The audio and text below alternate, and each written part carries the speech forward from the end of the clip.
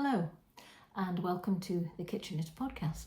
My name is Suzanne, the Kitchen Knitter, and this is my little bit on YouTube where I show you what I've been knitting.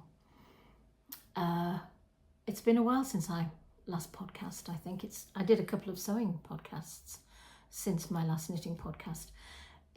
We've had a couple of heat waves here and it's just been a bit too warm to knit. And also I've been gardening, things like that.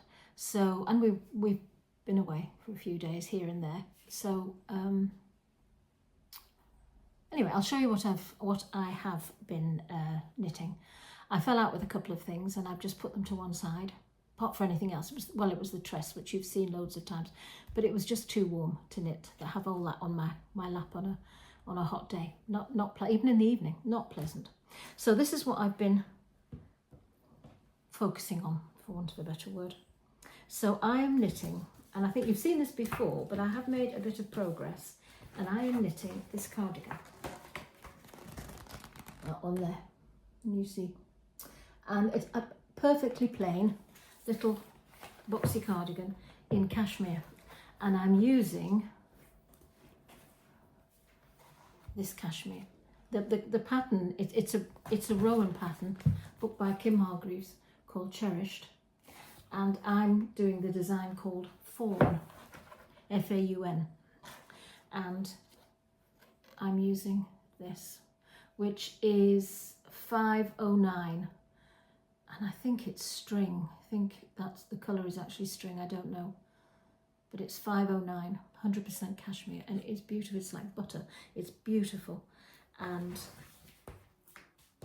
I have it's knitted in pieces, and I don't mind that. To be honest, when it's warm, it was quite nice having just something small on there. So I've done a back. You can see it's quite boxy. Lots of threads that I haven't sewn in yet. Ends, I should say. So you can see it's just plain stocking stitch, but quite a deep rib, which is nice. I like that.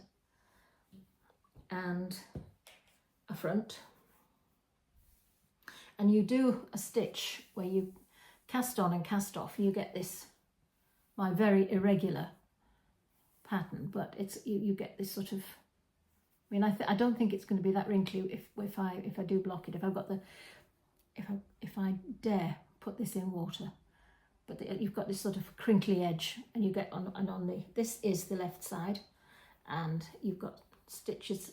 See, it's very old school. Stitches on but it's nice that you're actually doing the button band as you're going along, and that's the shoulder. And then I'm doing the sleeve, which I think is a bit long. I think I've got about another inch to do with some more shaping, and then to cast off. But it's still, I don't know. It goes up to it is the most beautiful. Again, my ends where I've put on a new ball. It is absolutely gorgeous. Lovely. I can't tell you how soft it is. It's beautiful, and I love the colour. I'm into neutrals at the moment, and so that's what I've been knitting. So this is I've started to replace all my Knit Pro needles. A long time ago I bought a complete set, and I don't use all of them. I like the fine needles. I like fine knitting. I don't like chunky knitting. And I'm replacing them with Chiagu. So I'm gradually buying them from my local wool shop, yarn store, Tangled Yarn. So my little fun needle stoppers from Beautiful Knitters. So you knit on 3.25 for these, and you start on a 3mm needle for the rib, 3.25 for the rest of it. And I've started, you see the shaping for the sleeve. It's very old school, very, it's nice to do it for a change. I mean, when I'm knitting this, I'm thinking, well, I've got to sew it up. And I'm thinking, I wish I'd knitting something in the round. When I'm knitting something in the round, I'm thinking, oh, I wish I didn't have so many stitches on the needle. So you just can't please me. So that is what I have been mostly knitting on, because it's light and small, and yeah, the Chiagu needles. Oh, they might be there. You know, they were 3.25. Chiagu lace. And so I've just got another sleeve and another front to do, and then I can sew it up and do the neckband, and it's done. So that should be finished next time. I've said this before, haven't I? This should be finished next time I record a video. It's out there, I've said it, but then I've said that before, haven't I? And so I started to knit just a pair. Oh, these have fallen off. I've got some more little stoppers. Another pair of just a very plain vanilla sock.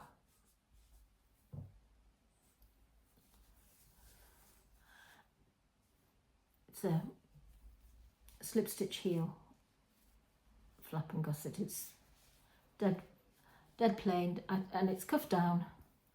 I've now got to the point where I'm not quite there yet, but I'm doing the shaping for the toe. It's the Winnick Mum. Have I got the pattern? Yeah. It's a bit of a battered pattern. That pattern there. I just use that one for all plain socks. It's just so easy. And I am using yarn from Les Family Yarn, which I bought when I went to Yarndale, which was not last year, the year before. And this is called Harvest Mouse. And I wish I'd bought more of it because it's beautiful. It's really lovely. Again, it's very neutral and harvesty hues, colours. Love it. Beautiful. So I've only done the one sock. There's another one, obviously, to cast on. I tried knitting them in tandem, you know, having like knitting a cuff and then knitting another cuff, but it didn't make it seem to be going any quicker. So I just concentrate on one, and I don't suffer from single sock syndrome. I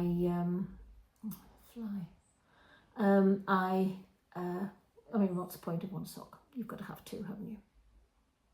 So that's the other thing that I've been knitting. Something small, and again, I don't have to think about it. I took this away, and then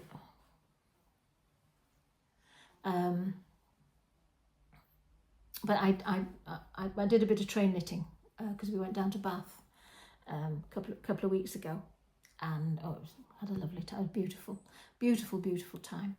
And I did some knitting on the train, and I took my cardigan. I had this in the bag as well, but I've got to concentrate on this bit, or I forget to do it. I miss rows out. You know, when you're I think this pattern, some patterns are different, aren't they? They make you do the decreasing on every row, but this one's every other row, I think. Anyway, so that's another thing I'm knitting. I told you what it was, isn't it? Les Family Yarn Harvest Mouse, gorgeous. Just a sock yarn. And the other thing that I cast on just because I wanted to was Tangled Yarn got a new yarn, and it's Gepard Wild and Soft, and it's gorgeous. It is 40% wild tussar silk and 60% merino wool, and it's beautiful. And I think this colour is rose, but it's 422. They don't put the colours on, do they? You have to go on the website. I think it's rose. I want to say wild rose, but it's called Wild and Soft, so I may be mixing it up with that. And it's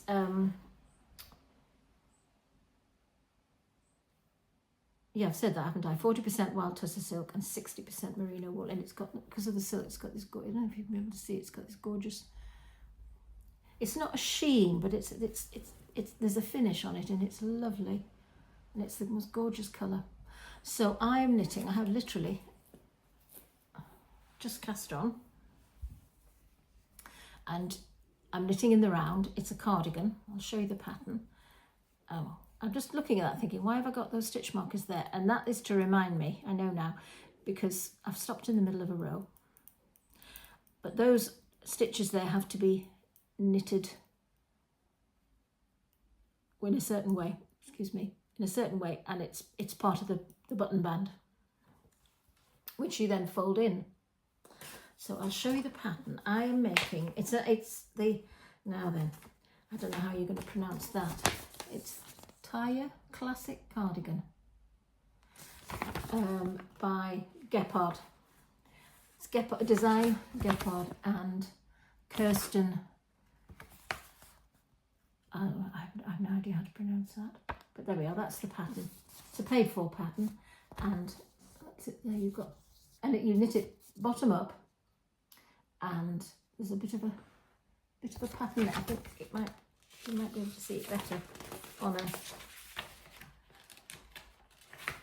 another. Well, that's it. There. That's. Oh, let me see if I can show you without. There. And that's the pattern on the bottom. Is it focusing?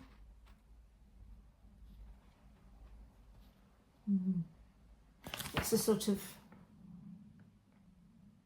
It's not a honeycomb pattern. It looks pretty. So I'm knitting that, and I'm knitting the size. I think I'm knitting a medium. Oh, it gives you yarn alternatives if you don't want to knit with a Gepard. You've got those alternatives. But I've chosen the wild and soft. There's some beautiful colours, beautiful. So I have, like I said, literally just started, but it's lovely. And again, it's all about the neutrals, and that will go with a lot of things in my wardrobe this autumn. It's lovely, gorgeous. And again, I bought some Chiagu needles. Have I got to? Yeah, these are Chiagu lace. You start on 2.75, so it's quite fine, which I prefer, and then you 3.75. That can't be right. No. 3mm needles and 3.25. I've got these 275 in here for something else. I don't know why I've got what they are doing in there. That's for something else. No, it's not 3.75. It's 3. I'll get it right in a minute. 3mm to do the rib, and then 3.25 to do the rest of the cardigan, which is quite fine, which I like, much prefer. And I knit my hair into everything. Gorgeous. So I have that's literally cast on, just cast on that.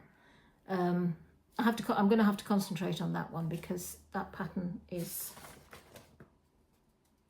I don't think it's one I could memorise. I'll have to keep looking at it. But while I was in Tangled Yarn, I bought this little gadget. Let's see if I can find it. I've got everything. I've got it all in my redesign bag. But I bought. Oh, I did start knitting this, and then I realised I wasn't knitting the right size, so I pulled it back. And I'll use that for. I was going to say sewing up. I won't need to do that, but that'll just be a just in case I need it.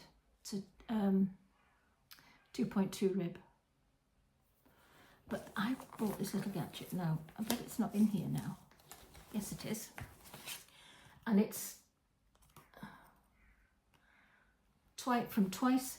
I bought this at Tangled Yarn from Twice Sheared Sheep, and it's a gauge. And what you do is you line up your knitting and just put this against it, like so. see if I got, and then you sort of line it. I can't show this very well, but you line up the stitches. Can you see? And you sort of one square is one that section is one stitch. So you sort of take it to the, and then you see what gauge you are. It starts off with 5 stitches to 1 inch, and then finishes with 5.5 stitches to 1 inch, and it's got a handy ruler on the side. I think these are really good. Yes, it says to measure your gauge, slide the ruler over your project until your stitches line up widthwise inside one of the gauge grids. I think it's more to sort of see that you are still on, your tension is still good, rather than knitting it and then hoping for the best. I think I don't do swatches. I don't. I'd rather get on with the knitting, so that works for me. Anyway, I just thought I'd show you that. I did buy this one as well, which is a quick gauge, which you actually put on your knitting. I haven't used that yet, but that was good. That wasn't terribly expensive. This was about £12, I think. But they flew off the shelves, and I think Tangled Yarn have got some more in. So that's the other project that I'm working on. And then I've got another sock. And you've seen this before, but I fell out with it. It was my own fault.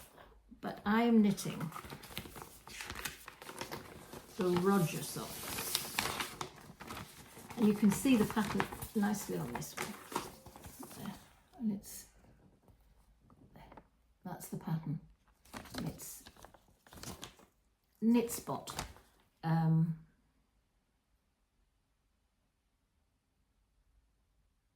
It just says Knit Spot. There's no name, I don't think. Knit Spot. And these are the Roger socks. And I'm knitting it in a yarn from John Arbon. And this was a special that they collaborated with Nervous Fibres.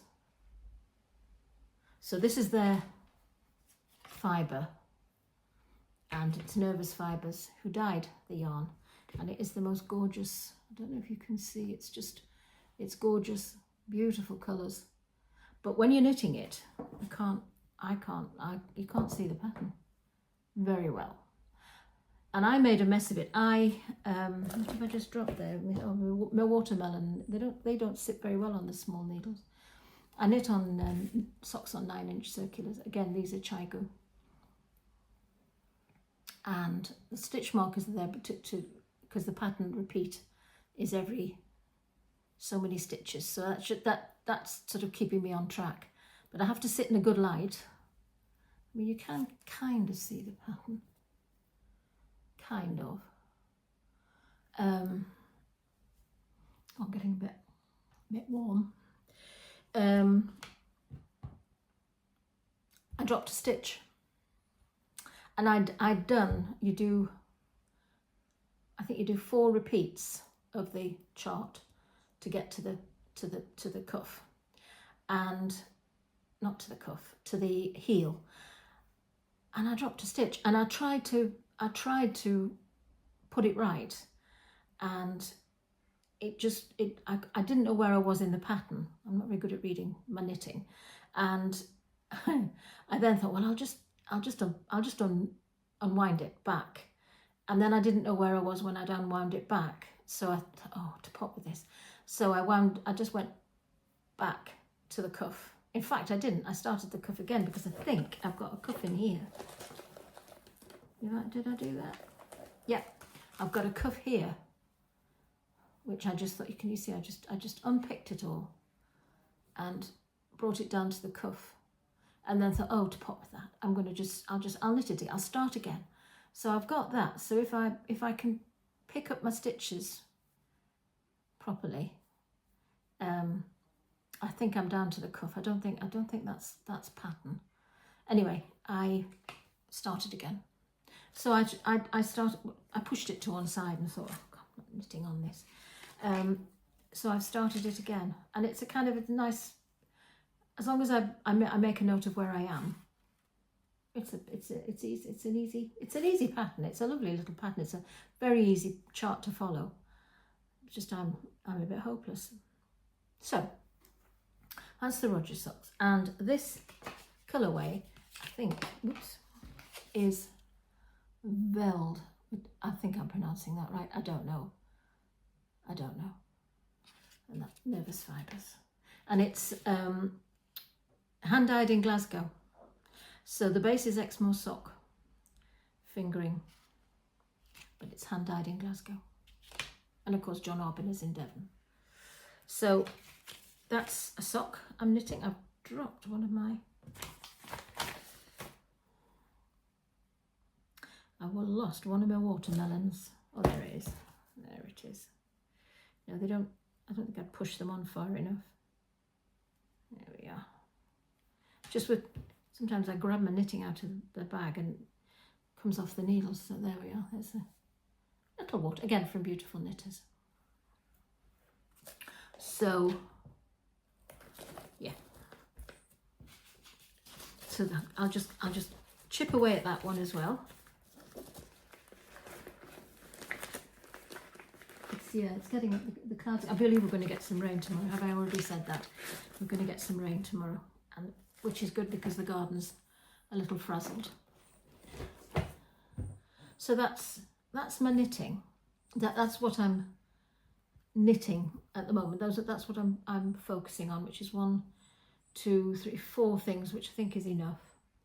But I did make a couple of purchases. I'm a mill member.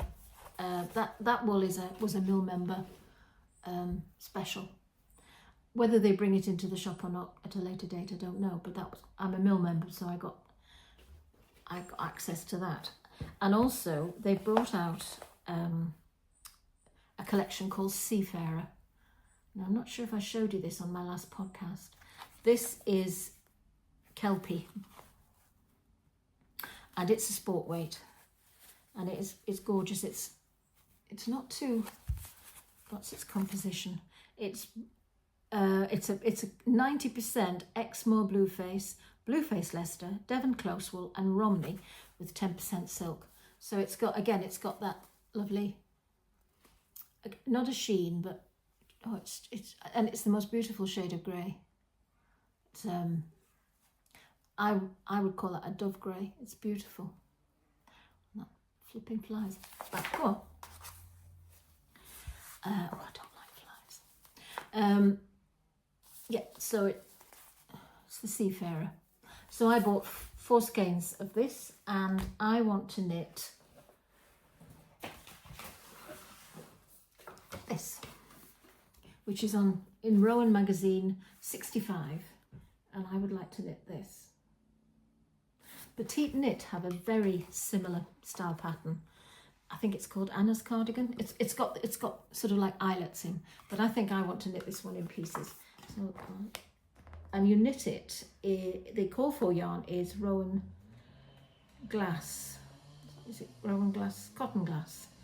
So I'll just show you a better photograph.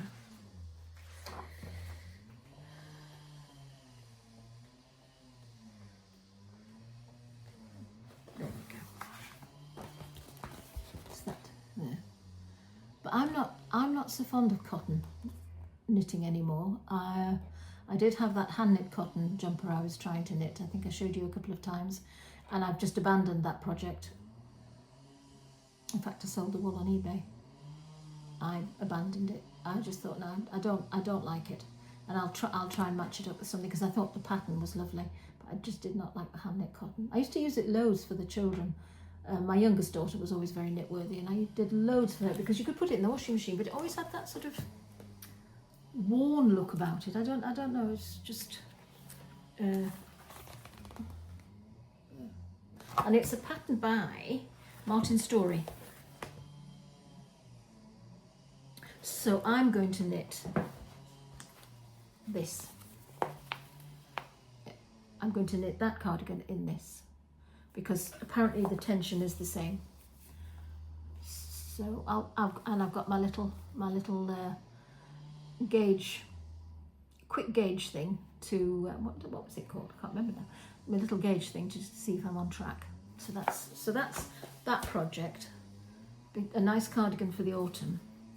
So they are releasing these. They're bringing out other colours and releasing them in September for general. I think I'm right in saying for general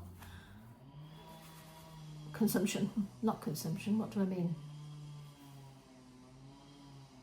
You can buy it in September, but they're bringing out other colours as well. But for now, I think it might be on the website now. I don't know. In these two colours, there were Mill Members specials to begin with, and then they brought out this one called, and it's Seafarer, but this one is Moby Dick, and it is a gorgeous creamy colour, beautiful. Again, it's the same composition, 90% British wool and then 10% silk, and it's a sport weight. They're both sport weights. It says there, preview launching September 2025. It's good. It's a good deal, Mill Member. It's a lifetime thing. It's £45, and it's a lifetime. It's not an annual membership. It's a lifetime membership, and you get a pin. So if you go to any of the yarn festivals that they're at, you get 10% off, and you get 10%, and it's automatic. You don't have to put a code in or anything. When you buy anything, it's automatically 10% off. So it's lovely, and I'm supporting her. Not a local business, but a small business, and. In this Seafarer, this one, I would like to knit this, and it's a pattern by Isabel Kramer, and Fiola, don't know, and it's lovely. I love the detail down the sleeve. Now this is a top down, quite long. I think with the tress, what put me off was knitting with two yarns together, a fluffy yarn, and I think that was one of the things that put me off. It wasn't sitting right with me, so I'm going to knit that. And the call for yarn on this pattern is Yak Baby Yak lace, but you hold it double. I'm saying that right? I think. I haven't brought them down. I bought Sari Nordland's latest book. I've got both her books, but I bought the latest one, and I'm sure there's a gorgeous cardigan in there, jumper in there that I bought the book for. Really, it's beautiful, and I'm sure that's what she knits. That's the call for yarn for that one. So you'd have to look at. You can't see that, can you? There we are. So that's a second plan. And then Camel's Yarn had an update, which they hadn't done for a long time, and I bought their Advent, the minis, and I'm going to knit a wrap, and I'm just looking for the right pattern for the amount of yarn I've got. I just want to knit like a straight, like a broad scarf, if you like, and then just take the colours as they come. And I don't think have I shown you. I don't know if I've shown you. Anyway, once I start knitting it, I'll have it. But it's 24 of these beautiful muted, all sort of seashore in a comfort fingering. And this, so I bought this, which again is, I see I'm all into the neutrals. And this is, there we are, Camel's Yarn. And it is called Heart Urchin. And it is the comfort fingering, which is 70% alpaca, 20% silk, and 10% cashmere, non-superwash. And again, it feels like butter. It's gorgeous. So I bought a sweater quantity of that, and I'm very tempted to knit another little boxy cardigan. I've changed my mind a couple of times on this pattern, because I don't want two the same. It's very similar to this one, very, very similar, not same colour, but very similar. And I think I'll perhaps knit something with a little bit of a pattern. But it's gorgeous, beautiful yarn. Camel's yarn. So that's all the knitting stuff. The other thing I've got, and of course I've been reading. Now I haven't got it. I've recently read Rachel Joyce's latest. Oh, my hair's sticking to my neck. Ugh, horrible.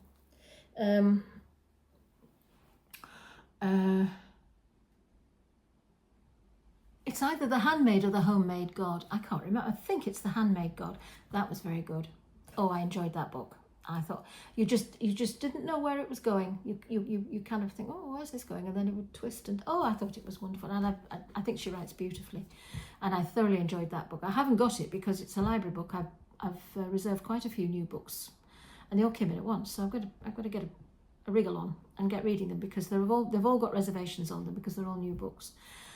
But in between finishing The Handmaid God, and I thought I'll just have a bit of a, what I thought was going to be, not an easy read, but I just thought this might be a nice summer read. And it's Carol Drinkwater's One Summer in Provence. And I really enjoyed it. I really liked it. It was very descriptive of Provence, and it's part of France I know very well, and I'd love to go back. And I really enjoyed it. And apart from the fact it's got a pretty cover. I was telling my daughter I read Robert Harris's Precipice, and I was showing it. My younger daughter's an avid reader, and I said, she said, oh, that's a bit different for you, Mum. She said, I've got a pretty cover on it. So, but it was a very good. I might have talked about this on my last podcast. It's been so long I can't remember, and I'm not very good at watching my own podcasts. Only if I absolutely have to. So, but that was very good. That was about Asquith at the time of the First World War, the start of the First World War, when the chap was assassinated. Serbian, was it the? Anyway, and Asquith is having an affair with a lady called. Well, they doubt whether it was an affair, but there was this friendship, understanding, whatever, with Venetia Stanley. Now, Venetia Stanley's family are from Alderley Edge, Alderley Park, which is now called, she used to live at Alderley House on Alderley Park. It's now just Alderley Park, but it's AstraZeneca.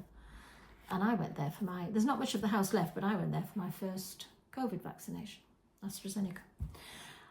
And it's a very interesting read. It's all facts. And it's been brilliantly researched. But he talks to her about what's happening. I think you've gone on the wonk again. Let me just straighten up. There we go. I'm going to have to treat myself to a new tripod. This one, I've knocked it off the table so many times. There's not much of it left. And they go out on a Friday afternoon for a ride when she's down in London, and he comes out of Downing Street. He's married. He's got children. But they go off on a ride, and he tells her everything that's going on. And of course that's a no-no, isn't it? And he brings the dispatch boxes in the car, and they've all got like what they call flimsies. They've got lots of different copies, and he chucks some of the copies out the window, and somebody finds them, and that, I won't spoil it if you want to read it, but it's an absolutely true story, and the research is brilliant, and this Venetia's family are extraordinarily wealthy. I mean, they've got this house in Alderley Park, and they've got a residence in London. Is it Milliband Street? It begins with an M. And a house in Wales, which they keep staffed all year round, but they only go to it a couple of times a year. And it's just, and the detail, and what she's wearing, what they're eating, this sort of thing, who's being invited to who, and Churchill features a lot in it, and Kitchener. So that was a very, very good read. So then so I'm back on my pretty covers now. So I read this one, and it's a lovely summary read. Yeah, just a very enjoyable read. But I'm reading this at the moment. Again, this is from the library, and I'm not too far in. I'm thoroughly enjoying it. Absolutely thoroughly enjoying it. It's as good as the other two. And Jill Hornby is married to Robert Harris. I think it is Robert, not Richard Harris. Richard Harris was the singer, wasn't it? Let me see.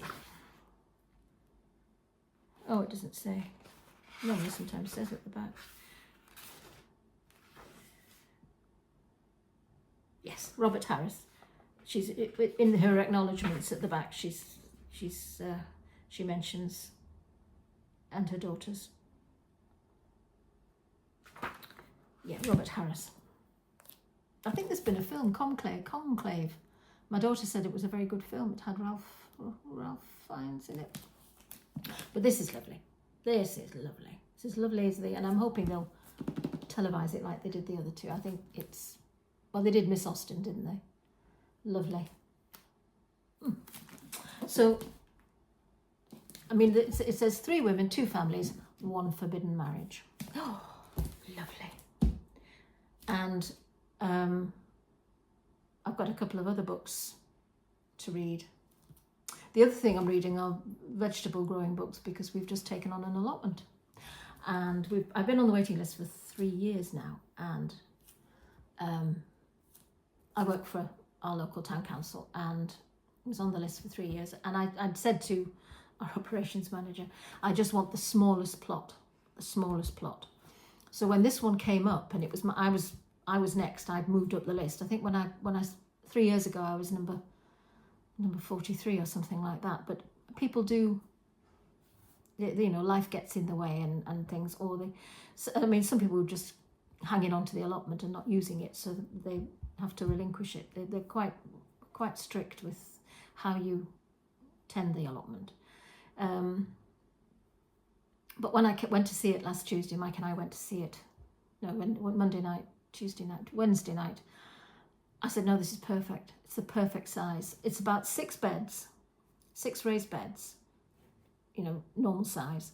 And then we've got the periphery. We're at the end of this like little satellite plot. It's a beautiful allotment. I'll take some, when I go up there, and ours is looking a bit better. I mean, it wasn't too bad actually. The previous tenant had taken it on in the spring and had been working on it. But again, life broke in for him, and you know, his wife had a baby, and he changed his job and everything, and it was just all, it's, you know, it's just one more thing to have to bother about. So he relinquished it, and I said it's perfect. So we've got the 6 beds, and then we've got we've inherited a brand new wheelbarrow, perfect, and it has a huge tayberry thing. I think we're going to get rid of that. We're going to get rid of that and grow raspberries. I mean, I suppose we might eat tayberries, I don't know. My grandmother used to grow loganberries. I don't know about tayberries. They sound Scottish, don't they, tayberries? And then you come up and there's a rhubarb bed, and then there's 2 fruit cages with white currants and red currants in. And I'm surprised the birds haven't stripped it, but anyway, but I think we might pull those up. And then next to that is this huge comfrey bush, so you can make our own smelly. It stinks. My husband had an allotment a few years ago, and it was huge. It was a huge allotment in Hanforth, just down. It was a bit further away. I mean, we've got to drive to this one. It's in Poynton. We live on the opposite side of Poynton, so we have to drive to it, and it's worrying my husband actually. It's worrying because the entrance, the drive into the allotment is right next door to Tangled Yarn. It concerns him, shall we say? I said, they're not going to let me in my scruffy gardening clothes, because I mean, you could eat your dinner off the floor in that shop. It is immaculate. Should you want to? It is immaculate, and so they're not going to want me in my dirty old, you know, turning up all hot and bothered and muddy. Well, it wasn't muddy, but you do get a little. You know, I get to the point where I think, oh, I just want to go home and have a shower. I've been bitten. I don't know if you can see. Something's bitten me. So it's all a bit. You can see that little there. Something's bitten me. I don't think it was a bite. I think it was more of a sting, and it's all a bit red around here, and that bit there is proper itchy. And then something's bitten me here. I do get bitten. and something's bitten me there. Anyway, that's comes with the territory, doesn't it? So I've been reading. I've got a Sarah Raven book, the All Year Round Veg book, and the Garden Plot, because there's planners in there. And I think we've taken it the allotment on. This is turning into a gardening podcast, isn't it? I think I've taken it on at the best time, because we can concentrate on getting the beds up to standard. They need all filling up and manure and soil improvers and all that. We can get it all up to a point where we can now think about the planting for. I mean, there's things we can plant over the winter. There's all year round lettuce, and I think there's a broccoli can go in, and I think broad beans and things like that. But we're only going to grow what we want to eat. I mean, I'm not going to grow a white cabbage. My husband did. He used to come back with these cabbages. They were huge, and he would dump it on the draining board here, and it would be moving. It was horrible, and I thought, no, I'm not. And I looked at things. What am I going to do with this? Apart from make coleslaw. Anyway, so we've got that too. So I'm seeing that as my exercise. I don't like going to the gym. I think I've said I've put on a few pounds over the last couple of years, and I need to shed them. So that I see that as my exercise.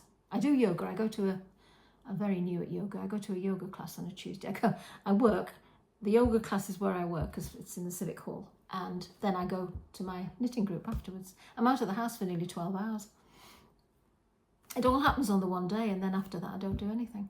So anyway, but we'll make it work, because my garden here is very small. It's very manageable. It's very small. Right, so I've waffled on enough now about my gardening and my purchases. So hopefully I will get back in the next couple of weeks. I'm going on a retreat. I'm going to the Stitchery for Christmas in July, and I'm going there for the whole week. I thought, because there's certain workshops on certain days, but I'm going for the whole week, and I've never done that before.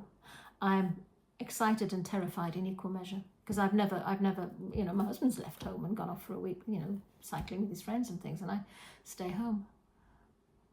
But it's me, and it's a bit weird. Anyway, more about that nearer the time. It's at the end of the month.